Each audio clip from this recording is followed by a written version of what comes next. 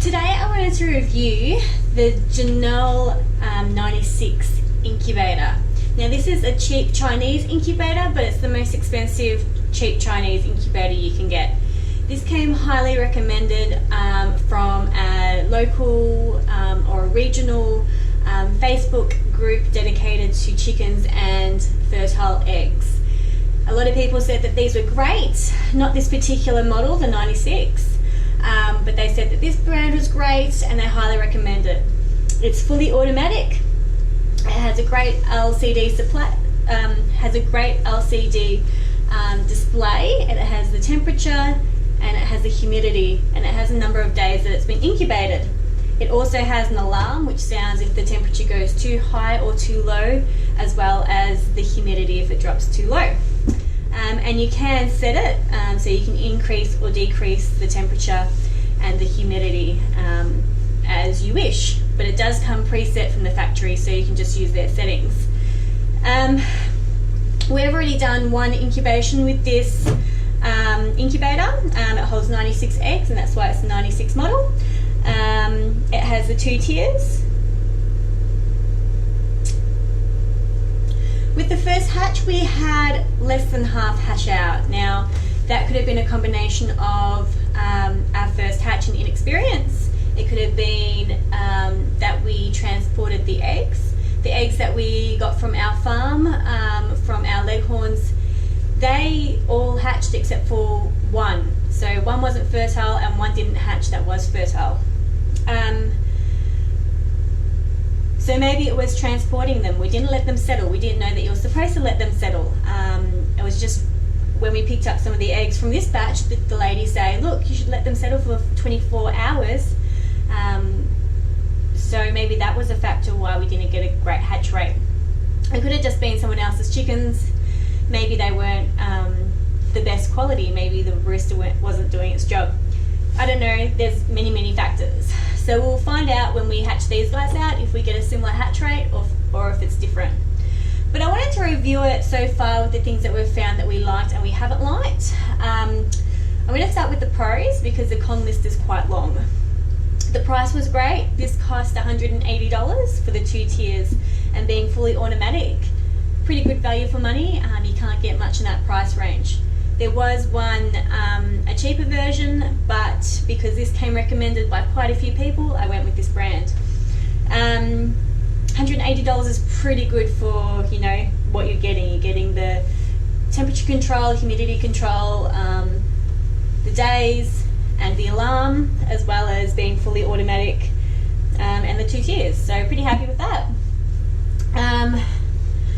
The alarm was a pro for my husband's, letting us know when humidity or temperature got too high or low. For me, that's really annoying because it can go off at any time of the night. So it's gone off at 5:30 quite a few times, but most of the time it's been during the day, and a lot of the time it self-regulates. So yeah, humidity will drop, but then it will quickly pick itself back up and the alarm will turn off automatically. And I also really liked that the day count stays the same even when the power goes out. I accidentally unplugged this for an hour or 2 last time, and I was like, oh no, it was right at lockdown, but I plugged it back in and the day count was the same, and I didn't lose too much temperature and humidity, so I'm not concerned that that was a factor in the failed hatch. But I was really pleased that when I plugged it back in, that it went straight back to my number of days. So if I turn it back on after it's been off, goes straight back to the day that it was set at last. The alarm's gone off because the temperature is too low, so you just press set to let it know that you are aware that it's too low, and it will increase. It might go off another couple of times until it gets up to temperature again, but you know, just press it or ignore it and it will turn off by itself. Now the cons.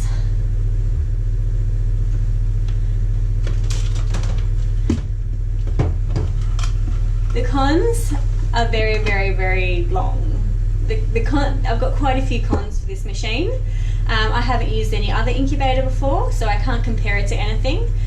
But these are just the cons that I've discovered that about the machine, and maybe you would like to know if you're thinking of purchasing one. So they recommend that you do a split hatch because you've got the 2 tiers. They recommend that you do a split hatch by 3 days. Now I decided not to do a split hatch because your machine needs to go into lockdown, and that means that you're not supposed to open it up for any reason during those 3 days, from 18 days to 21. And you're supposed to increase the humidity as well, and I didn't want to increase the humidity at day 15 for the chicks that weren't hatching as yet. Also, we had eggs hatch at day 19, so you could have eggs hatching in these cradles and then the chick fall and die or injure themselves, and you would have to put it down. So we decided not to do a split hatch for that reason. So we put all the eggs in on the same day, and then we've had to make up a shelf. So that's one of the other cons. It comes with one of these shelves, which you're supposed to take the yellow shelves off at day 18 and lay the eggs on this plastic floor, but they only give you one. So we had to fabricate our own. We're going to try a different version next time because we weren't 100% happy with the way that one turned out that we made up. I mean, these wouldn't cost too much, so it wouldn't be hard to buy, you know, even as a spare part, but I can't find anywhere as a spare part.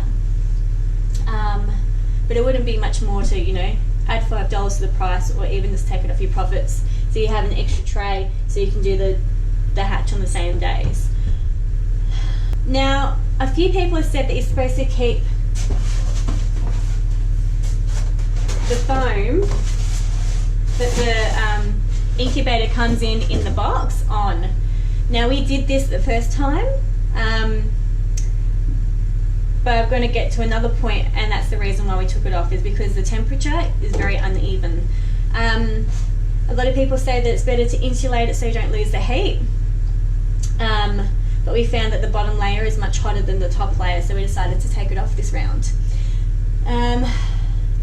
When we did have that foam box on, you couldn't see the bottom layer, so you couldn't see if any eggs were pipping down the bottom, or if they were hatching as well. It was very, very hard to see down the bottom layer. So, you know, that's another reason why we took it off. Now, the thermometer is also inaccurate. It was set at 40 degrees, but we had to lower it a little bit to 37.8 because that's the ideal hatch temperature. But down the bottom, I had to buy an external thermometer and hygrometer. So that measures humidity and temperature, and down the bottom it's reading at 39.1 degrees and the top is 37.8. I know that the top is accurate because when I moved the sensors to the top layer, it was reading the same. As this. The humidity is a little bit out between the two, so it's always between 10 and 20% difference in humidity, but the temperature seems to be all right at the moment. So that means that my bottom eggs are running really hot, and that might lead to a failed hatch down the bottom. We did notice that down the bottom last time we didn't have as many hatch as we did up the top. So this time I split the variety or the species of eggs. Is that the right word? Right way to say it?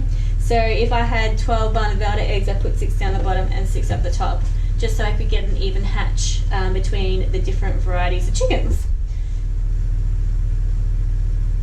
I also found it really hard to fill up with water to get your humidity. It comes with a tiny hole around the side. I can't move it too much more, otherwise it's going to fall, but there's the tiny hole.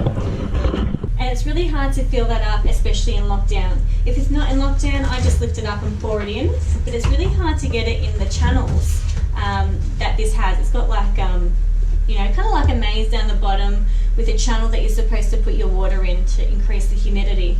But I found it really hard, even when I'm lifting the top up, to get my water in that correct spot, so it usually just fills up the bottom, which might lead to an increased humidity, which you don't want.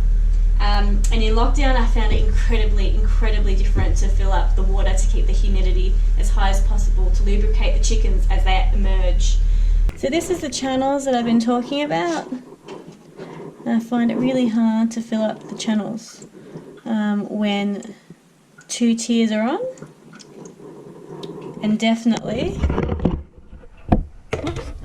when you're on lockdown and you've got this tiny little hole to fill up from.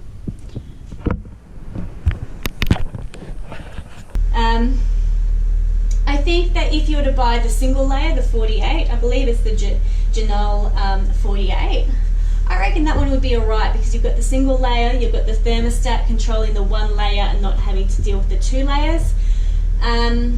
You would have the one tray, so you don't have to split your hatch. Yeah, I reckon that one would work. I think that would be a really good introduction to incubating. Really well priced. I think that one's just over $100. And if I was to go back in time, I'd be buying that one. Next time, I might just do a single tray hatch. I'd leave the bottom empty and hatch up the top, since that's where the thermometer reads the temperature and humidity. And then having the one hatch tray too, so I could just put the eggs on there and hatch them all at once, and we wouldn't have too much of an issue. I'd have spare parts in the automatic turning trays. So yeah, if I was to buy a Janol, I would definitely get the single tray 48, fully automatic again. It is handy to have one of these hygrometers and thermometers, because it will make sure that your humidity is on point and your temperature is on point too. I've heard that these guys can fail, the thermostat can fail on these guys, and they can slowly deteriorate.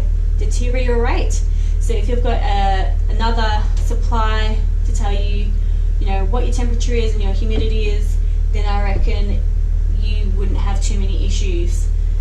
So hopefully that will give you some information, whether you guys want to invest in one of these or if you want to find a different brand. But I do recommend I do recommend them. I think they work well, except for the double story. So I reckon that if you had the single story incubator, I really reckon that it would work well for you guys. But for now, I'm going to continue with my double hatch, my double layer, and then